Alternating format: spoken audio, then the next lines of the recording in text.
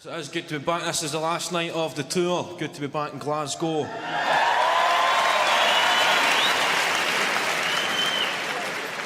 Good to come back to Glasgow because you can speak.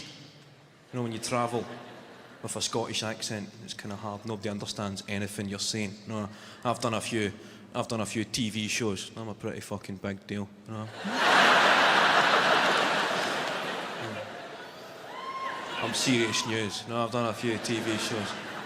And you've got a Scottish accent on the telly, you need to try and enunciate and use proper English, but it's hard to find the right balance, because no matter how hard you try to enunciate and use proper English, there's still somebody from Leamington Spa. And we saw you on the television. I didn't quite understand everything you were saying.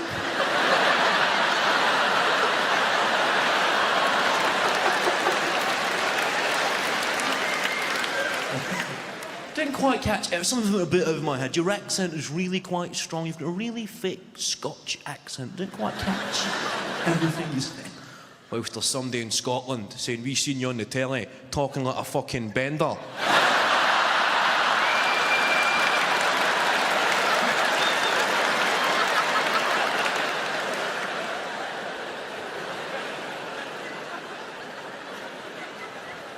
Care to explain yourself?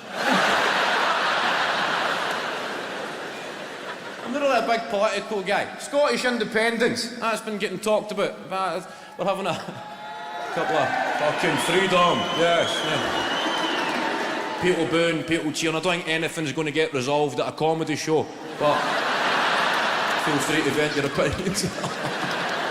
2014, that's when they're having the referendum. That's because it's 700 years after the Battle of Bannockburn. That's to get us fucking patriotic. And you know we're going to show Braveheart the night before that referendum. STV, 9 o'clock, as sure as fuck, Braveheart. I reckon we should also show Trainspotting, just to even it. Going fucking freedom, that's us. Oh, that's also us. The war on terror, that was supposed to be Obama's thing. The war on terror is going to end that. Obama, they get quite excited. We got any Americans in the room? Just one guy doing a shite accent.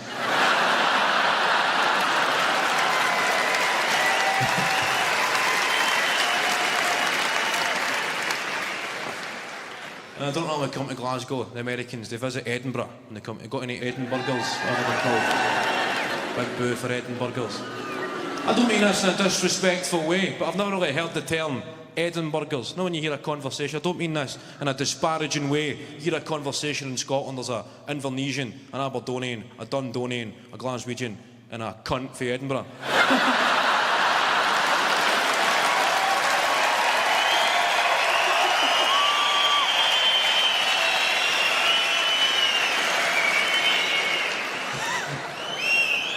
It's true though, you never hear Edinburghers, it's cunt for Edinburgh, that's what they're called. Good to see we've got a few cunts for Edinburgh, made it through. I love the Americans in Edinburgh, I love them, they're enthusiastic, not up at Edinburgh Castle, the Americans thinking it's a high school. Because they hear gunshots every lunchtime.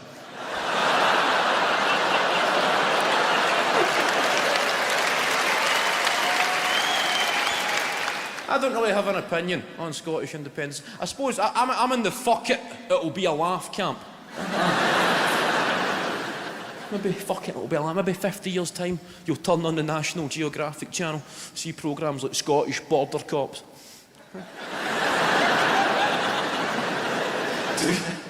Two guys in the airport interrogating some poor guy for fucking Leamington Spa. No, like real cops, just rock steady guys, not G4S guys that have swapped their personality for a high-vis jacket. No, there you go.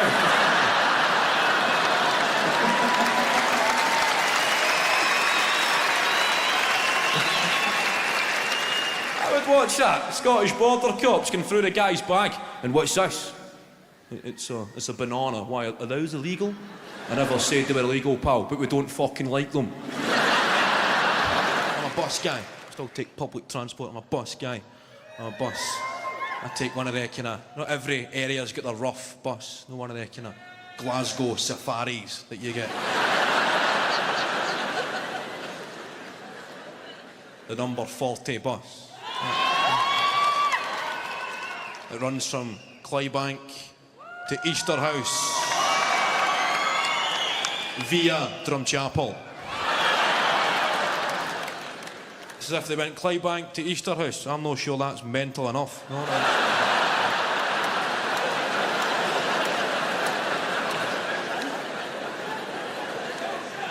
We better stick this through Drumchapel. The only bus I've seen 3 generations of the one family get on for a half fell. And when you travel down south and you tell people you're from Glasgow, they get quite excited. They go, Glasgow, yeah, it's really quite rough, isn't it? Really violent, yeah. And you kind of get proud. And you go, oh, aye, oh, aye.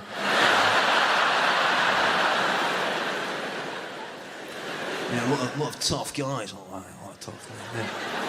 Then they visit the place and they're a bit disappointed. No, we're trying to get away from the stereotypes. We've got a new promotional tourist campaign called Glasgow, Scotland with Style.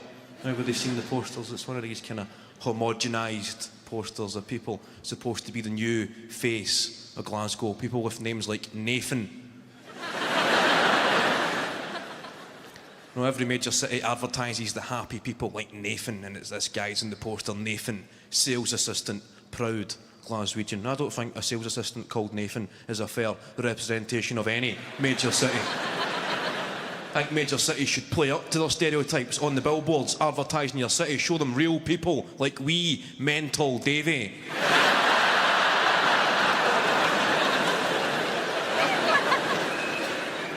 Apprentice joiner.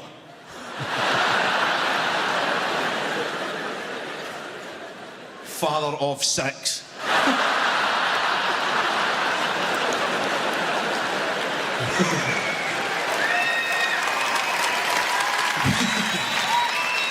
Davy's there in the billboard with the 6 kids all tucked into the one tracksuit.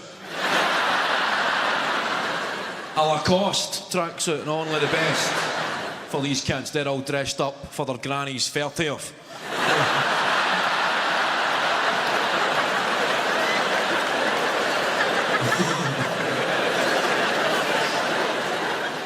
You've got the 6 kids, you've got Keanu, you've got Sigourney. Destiny, that's a new one I heard. Destiny. Imagine naming your daughter after the nightclub she was conceived in.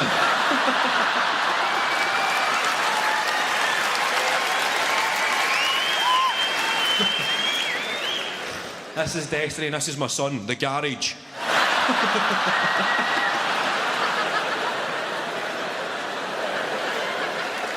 So we'll finish up, obviously, the DVD is about 6 months away, so we need to predict the future, or it's going to look pretty weird if you're watching the DVD and wonder, oh, how come we never mentioned the fact that North Korea blew the world up, or something like that. So what about England winning the World Cup, eh? What about England getting fucked?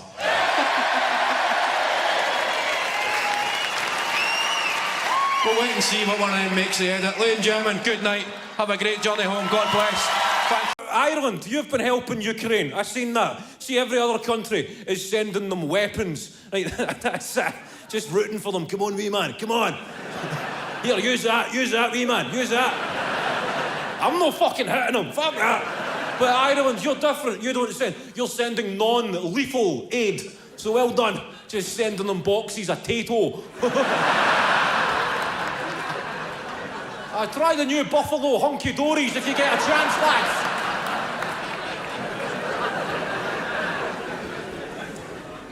This is my first show, first one in a while, and now that the world is back to normal, it's good to see Russell Brand back on the telly.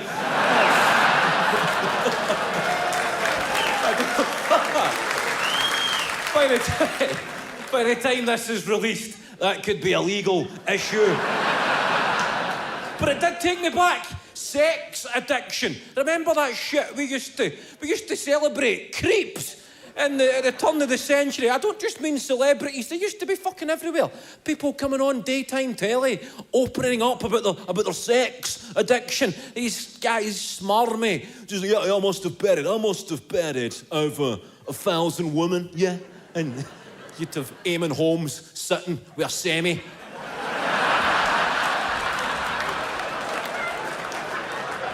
And do you ever have more than one woman in the bed at the same time? Ruth, would you let the man answer the question? Sorry, mate, you were saying that. A lot has changed in my life. I don't know how much you followed me over the years here in Cork, but a lot has changed for me. I've done stand-up for almost 20 years, which is scary. I'm the old pro. I've become a husband. No, this is... I used to be on these stages talking about empties and house parties, and now I'm a husband. I got married. That was that big step in anybody's life, innit? Romantic. I proposed. Big Kev proposed on a safari. There we go. Big Kev proposed in Africa. Got myself a good deal on a diamond. Done a bit of haggling with the local rebel militia. I became a husband, and then I became a father as well for the first time. And if I thought I would see the day, I'd be a husband and a father, and I'm 36, and you start going, am I old? And I'm still relatively young, innit? But I'm at an age where I now appreciate reminders of my relative youth. Like, because I've dabbled in being old. And it did not suit me, and it was refreshing. I said something old. A few months ago, I was putting something in my kitchen bin, and I was looking out my window, and there were children in the street just playing a game, right, an old school game. They never had their tablets or devices, and I thought it was quite nice. And as I was putting my trash in the can, I said to my wife, isn't it great to see children out playing? And as soon as that sentence left my mouth, the young me was still in there saying, wow, Kev, what a nonce comment. Far too young, Kev, far too young. Decades away from being able to stand at the window making such a statement. Steph, don't fucking wave at them, Kev. There's one of them seen you. You'll get the front door kicked in, Kev. 36, man. You ever seen a 36-year-old lollipop man, Kevin? No. Because it would be arrestable to apply for such a vacancy. I'm still new to the game, still new to the fatherhood game. You need to decide what kind of dad you're going to be. If you're going to take the Dwight York hands-off approach, or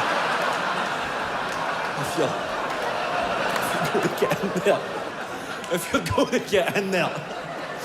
See, my son was born in 2021. Right, what a time to enter the world. What a decade it has been so far. And I hope there'll be a time we can look back and laugh at the fucking surreal madness that we have lived through. Yeah, I was born in the 80s, and we love the 80s, right? We still celebrate the 80s, and I sometimes ponder if there'll be a day when my son is growing up and I'll walk into his bedroom and I'll see him standing there in the mirror with 24 toilet rolls under his armpit, a face mask under his chin, deep-throating a cotton bud, going,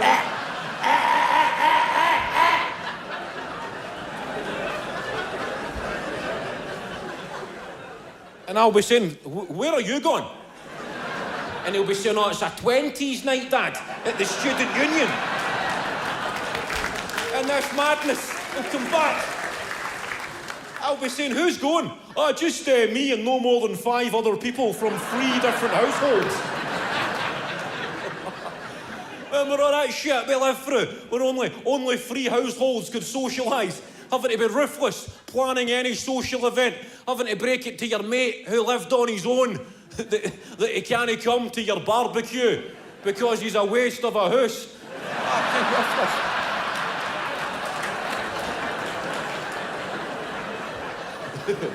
I'll just tell him, sorry, Gary, you're not coming, mate. I can get 4 in there. Mate, it's my birthday. I'm not playing a 4-4-1 on my birthday. We did live through it. We've got inquiries going on everywhere. Every country's having an inquiry into how COVID was handled. Inquiries worldwide. I don't know if you followed over the UK. We had 2 years under COVID restrictions, whilst the House of Commons was like fucking Magaluf. That's what happened. Boris Johnson and them, they were partying the whole way through it. The proper lockdowns as well, April and May 2020, right in the midst of the family quiz, sitting, your head shaved, the whole family, like Marines. Saturday night, iPhones propped up against Yankee candles. How many hearts does an octopus have? The whole time Boris Johnson was on the decks. Fucking order, order. Whilst we were in supermarkets, forgetting tomato puree, petrified to perform a 3-point turn up a one-way aisle. People glaring at you. My dad's got asthma, you maniac! That way!